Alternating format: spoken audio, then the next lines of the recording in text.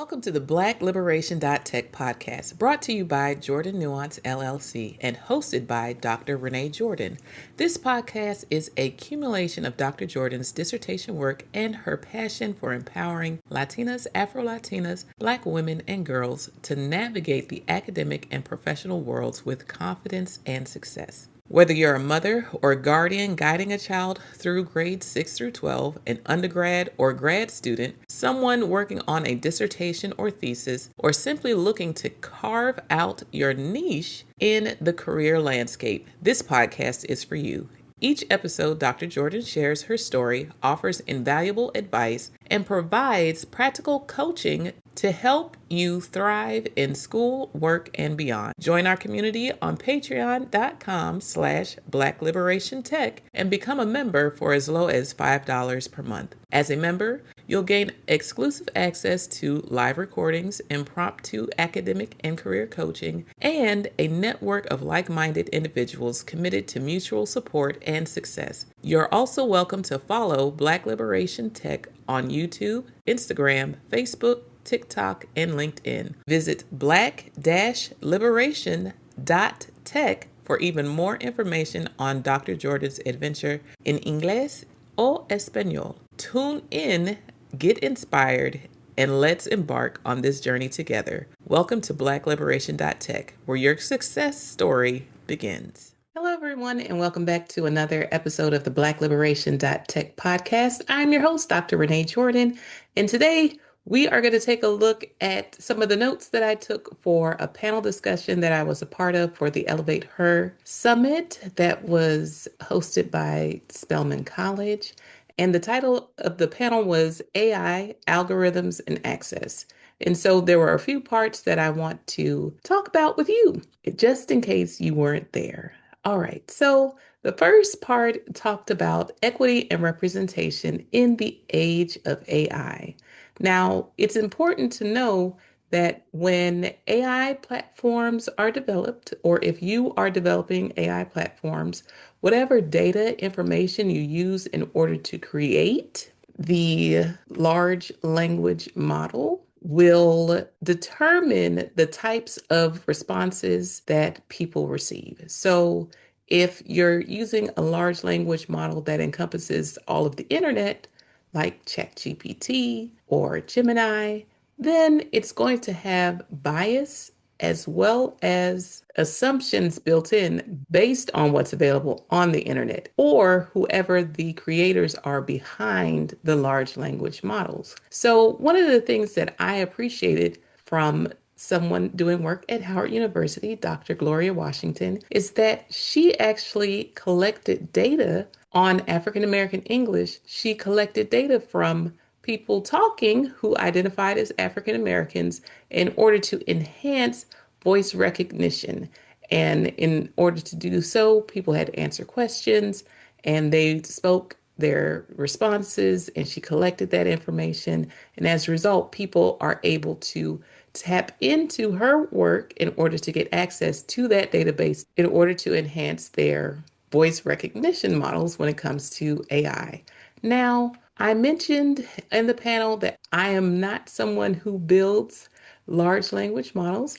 And so instead of collecting data from everywhere, what I tend to do is to craft prompts that help account for the framework or the perspective or the philosophies that I want the large language model to consider when it provides me with a response. I'll put it to you like this. A light bulb went off for me. I was attending the National Black Data Processing Association's annual conference. Someone explained that they pulled data from the Department of Labor. This was before this year. And they took that data and they laid it on top of the large language model or a generative AI tool that they were using. And as a result, the generative AI tool would get the information it needed from the data from the Labor Department in order to provide responses that were more tailored and crafted and specific.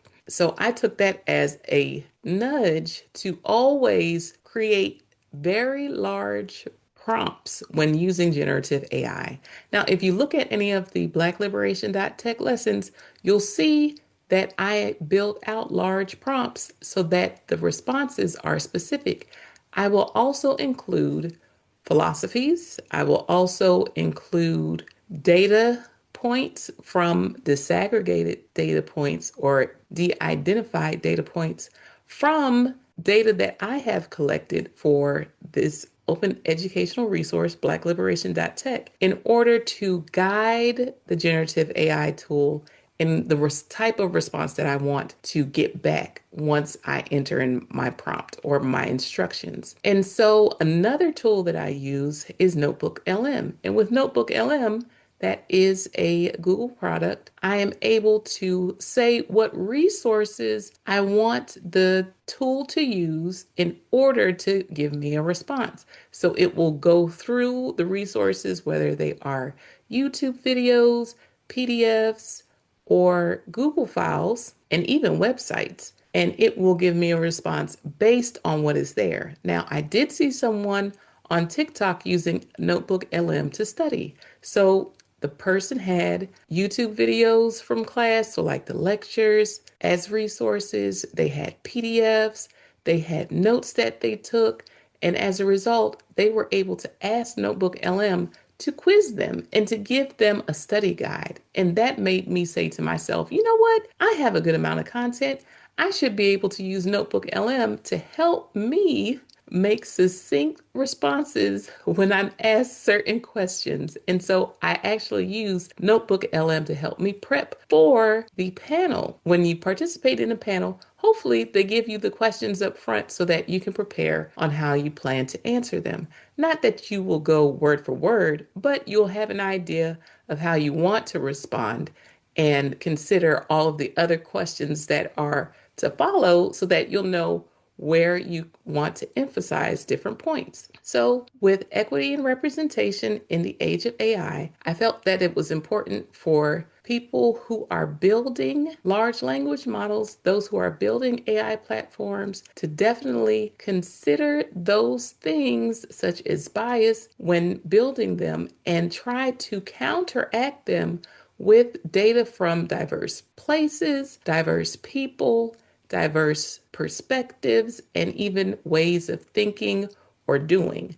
And that way, you can not necessarily cure or guarantee that there's not any bias, but you can try and counteract or try to account for more perspectives than what the default would be without that extra push from the data that you collect or the long prompt that you provide in order to help guide the tool. Now, to be even more specific, here are a few notes that I wrote down that I want to share with you as it relates to equity and representation in the age of AI. Creating through technology. When Black women are empowered to create through prompt engineering, digital publishing, and hands-on projects, they shape the future of AI. Technology must reflect diverse perspectives and serve all communities. Now, here is a question that I have for you. If you controlled the prompts, data, and approval gates, where could a Black woman authored AI change a decision at your institution or organization within 90 days? And what single lever would you pull first? Feel free to leave your response in the comments. Now, the next topic was STEM education and student success. When it comes to STEM education and student success, I want to always emphasize to use AI as a personal tutor and not a shortcut. AI is best used for a personal tutor that reduces cognitive load. So the amount of things that you're trying to consider all at once when doing something. So helping you to manage the thought process of managing a task or a project. AI is best used as a personal tutor that reduces cognitive load, not as a shortcut. Faculty can redesign assignments to emphasize process over product, requiring students to document their prompts, evaluate AI output, and refine their work. So if you are a faculty member or a teacher, if you ask the students, hey, I want you to do this assignment. Yes, you can use AI, but the stipulation with using AI is that you have to show the prompts that you provided the AI tool, and you had to provide the output. So, what did the AI platform have to say in response to your prompt? And then you need to evaluate. So, how good of an answer or how good of a response did the AI tool give you? What do you think might be missing? Where do you see bias in the response? What issues do you see with the output of the AI platform? After you got the AI output, did you verify it? Did you look it up? Did it hallucinate or did it provide you with accurate information? What rating would you give this response in comparison to an answer that you would come up with? Or if you were grading this assignment, what would you give the AI output? And then the last part talks about using AI to refine your work. So that means it's a finishing touch. It means it is a way of perhaps narrowing your focus. Perhaps it's going to assist you in creating a succinct response. Perhaps it's going to assist you in looking for the holes in your argument. Let's say you completed a persuasive argument paper or you are writing out your conclusion. You can ask AI, hey, how would you evaluate this response? Where are the holes in my logic? Where are some places in my response that need attention, that I need to go back to, that I need to reconsider? How would you rate my response? So you can use AI as a tool to refine your work as opposed to just giving you the answer. This cultivates critical thinking, authorship, and creativity. For first generation students and Black women in STEM, generative AI can break down complex ideas into digestible, culturally relevant explanations, reveal new career pathways, and build confidence through hands on creation. Embracing AI with transparency and intentionality ensures academic integrity while transforming it into a powerful tool for equity, empowerment, and student success in STEM. Now, with that being said, here's a question for faculty and teachers. Keeping yourself as the grader in chief, which assignment could you convert into an AI assisted process journal? That means the students will provide you with their prompts, their outputs, and their revisions made while working with AI to reveal deeper learning than a final answer ever shows. All right, now the next section or the next topic was research, discovery, and innovation. Here are a few things to consider. Culturally responsive research. AI acts as a research assistant supporting literature reviews, idea generation, and demystifying complex concepts while honoring diverse ways of knowing. Now, I'm not going to sit here and do a marketing speech or promotional of any specific AI platform. I mentioned ChatGPT and Gemini because I use those two the most, as well as Notebook LM. However, there are AI platforms that specialize in digging into the literature. You can use prompts that are elaborate and extensive in order to help enrich your search process. For example, once again, this is not a promotion, it's just an example. I wanted to find specific types of literature, and in order to do so, I described the literature that I was looking for. So I said, I'm looking for peer-reviewed articles that have information on Latinas, Afro-Latinas, and Black women, digital literacies, and technology skills specifically.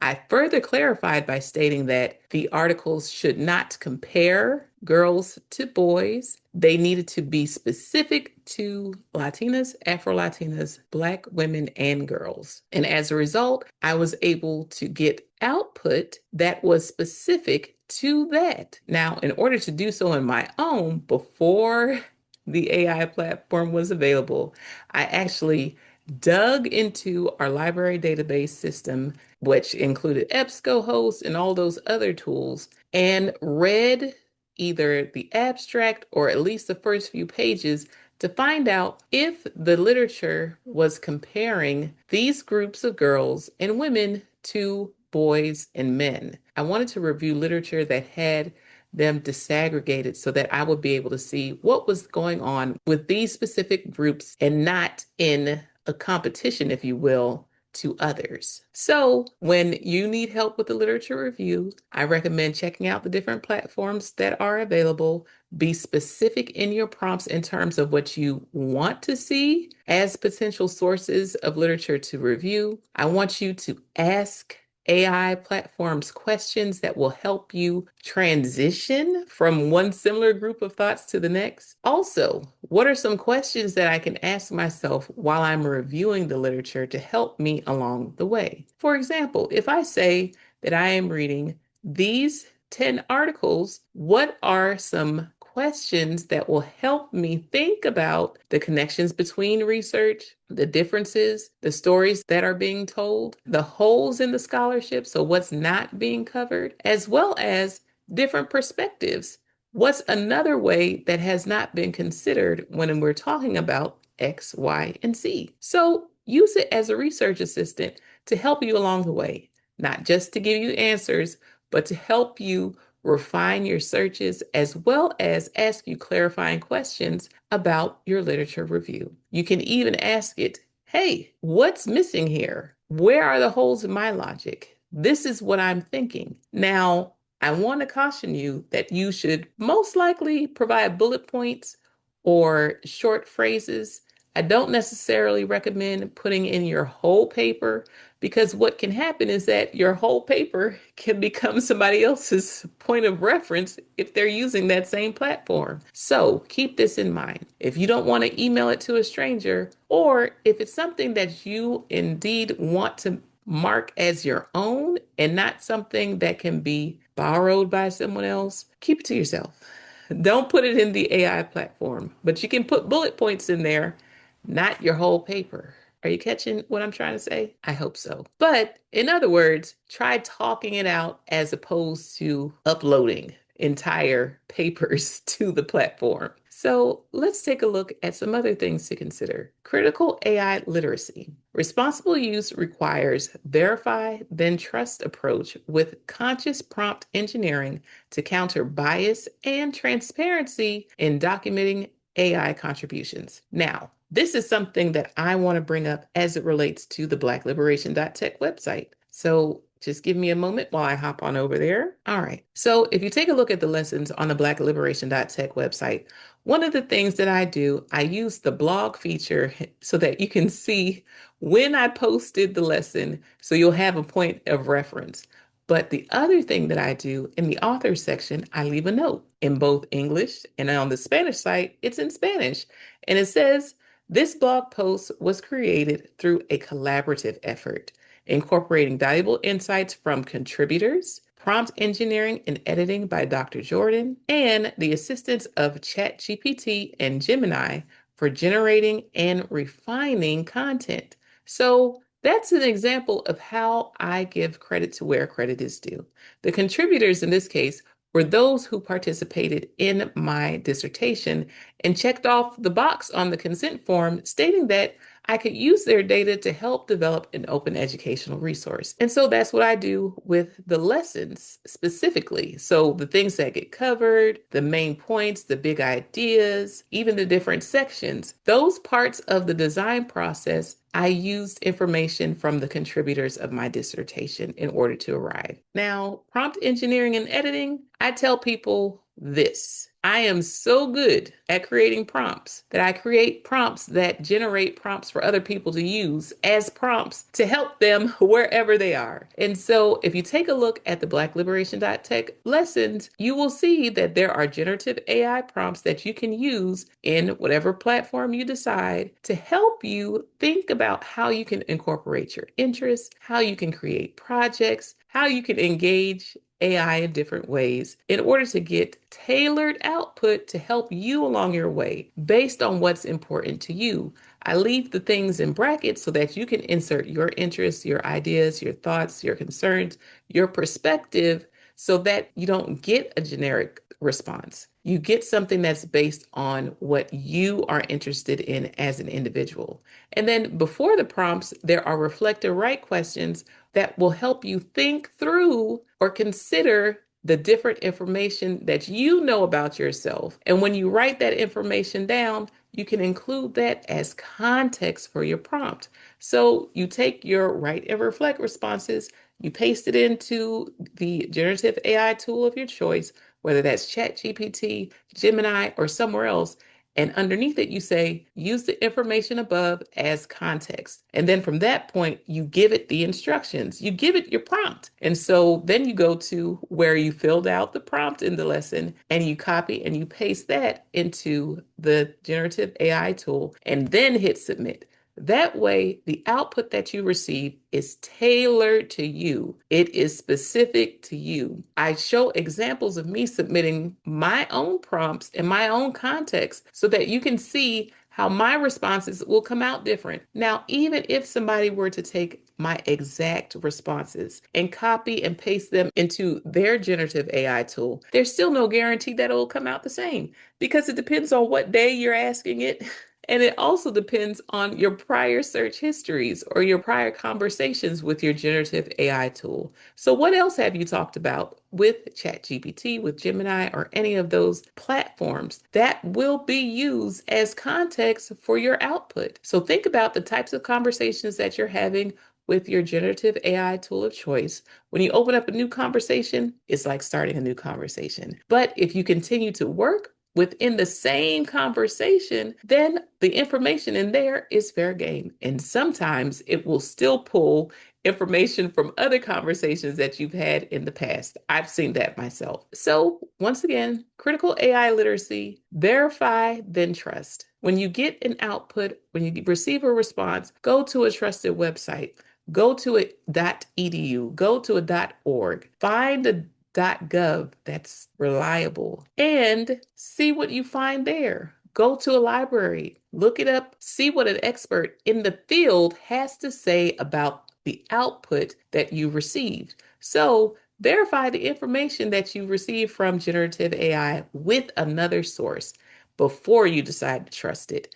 And keep in mind, just because it gives you a response doesn't mean you have to do anything with it. You can save it in a folder for another time, or you can just move on. You don't have to do what it says. You are in control. So once again, responsible use requires verify then trust approach with conscious prompt engineering to counter bias and transparency in documenting AI contributions. So you want to make sure that you are being specific, that you're including different perspectives. If you are working from a Black feminist framework, then enter that information in and say, use the above information as context and then go into your prompt. That will help counter bias and make sure you're being transparent. So if you're using AI, talk about how you're using it. It might help somebody else think about how to use it themselves.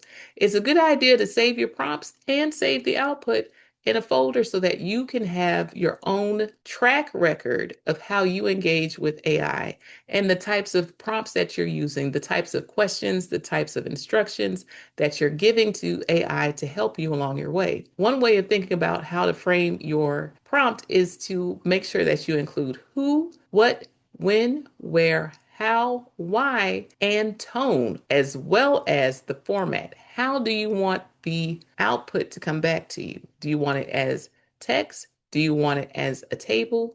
Do you want it as a specific file format?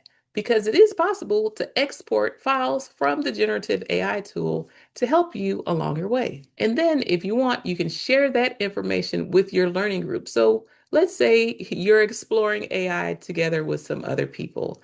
You can share it with them so that they can see how you progress through your prompt engineering. And perhaps over time, you'll see how you are able to refine and enhance the prompts that you provide in the platform. Now, here's another note to consider when we're talking about community-centered approaches. A lot of people like to see visuals of what you're talking about. Think about how you can use AI platforms for data visualization and data interpretation. How can you get help creating infographics? How can you get help creating flowcharts?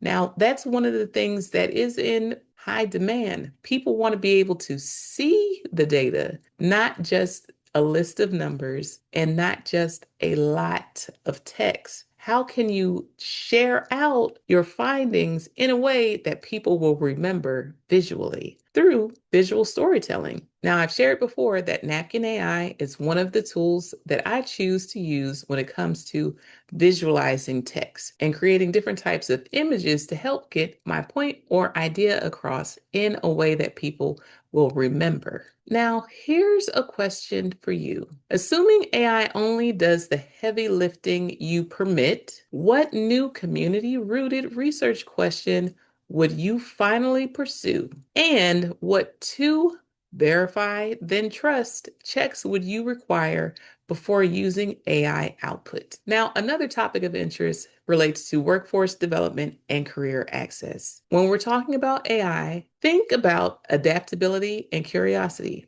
These are essential skills for navigating AI transformed careers. You need to be flexible. You have to be able to try things out. Don't be afraid to play around with it. See what works, see what doesn't work. Think about what is okay to use it for and what's not okay to use it for. For example, personal identifiable information. Do not enter that information into any AI platform. Now, if your organization adopts a tool and it uses personal identifiable information, make sure or ask questions about how that platform keeps the data safe of those who are your constituents. Also ask, how does the tool keep the data safe that you enter? How does it keep your data safe? Here are some other things to consider. Student leadership, empowering students to shape technology, not just adapt. So I want to challenge you. Don't just use the AI as a shortcut to get to answers, but how can you engage with it in a way so that you are the expert and you are framing how that engagement goes along? What information are you providing to it to help set the tone for your conversation? Are you the one building the AI platform and you're the one that's providing it with the data to consider? Are you the one constructing rich prompts so that it's not giving you generic responses? Are you thinking about how it can help you along your thought processes, how it can help you brainstorm, how it can help you bring things that seem not to be similar together so that you can dive deeper into something that's worth exploring? That's definitely where your curiosity needs to come in. Something else to consider, once again, AI literacy, prompt engineering, and critical AI skills for all students. So AI is here, students are using them, and we want to make sure that those who are in traditionally underserved communities, traditionally under-resourced communities, we want to make sure that they have access to these tools as well. Understand them and understand how people use them.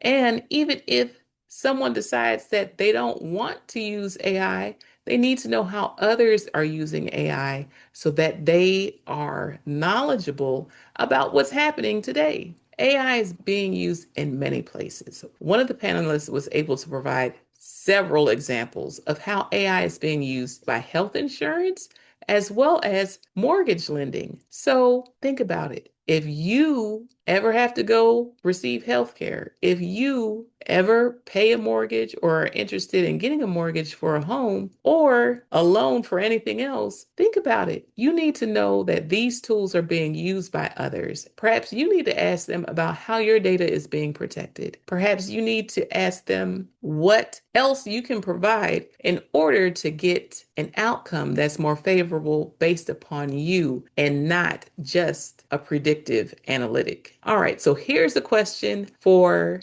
faculty and teachers. If every student had an AI co-pilot you, as the instructor, could throttle, what one interdisciplinary portfolio-worthy project would you greenlight next term? And which industry mentor would you invite to co-guide it? So think about it. If you could control how much the student is actually using the AI tool to help them in a project that's huge, what project would you assign to them? And who would be an expert that you would invite to help guide the project along the way, the different steps? Think about it and leave your comments in the comment section. So let's take a look at cultural intelligence. Ethical AI requires more than technical fixes. It demands cultural intelligence, human oversight, and diverse collaboration to prevent harm to marginalized communities. Now, I'll give an example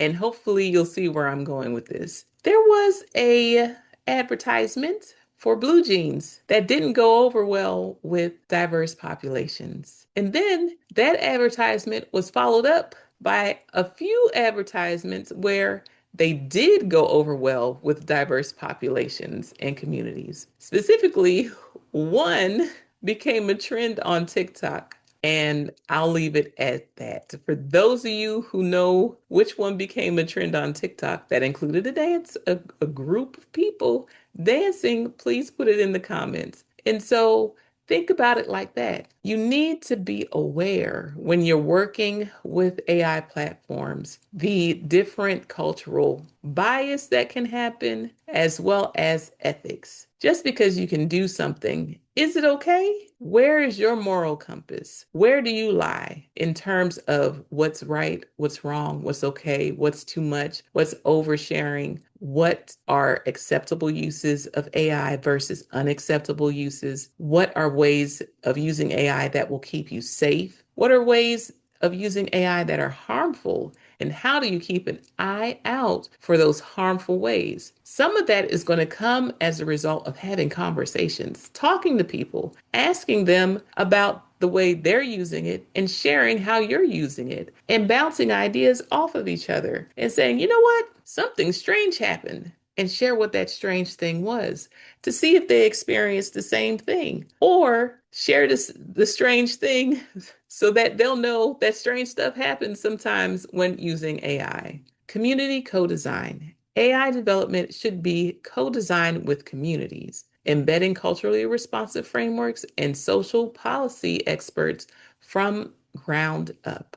So if you are in charge of developing AI, if you are in charge of how it is used in an organization or institution, if you as an individual want to be able to make sure that you're considering those around you, whether they are virtual community members or they are community members in your actual community, think about it. There are concerns about how much resources go into creating the physical aspects of these platforms, and those need to be thought about and discussed. I'm not going to sit here and lecture you about it. I want you to look it up. How much energy resources does it take to run AI platforms? How much water resources does it take to run AI platforms? Look that information up and learn it for yourself and consider that. This is good information to know so that you can be an informed citizen.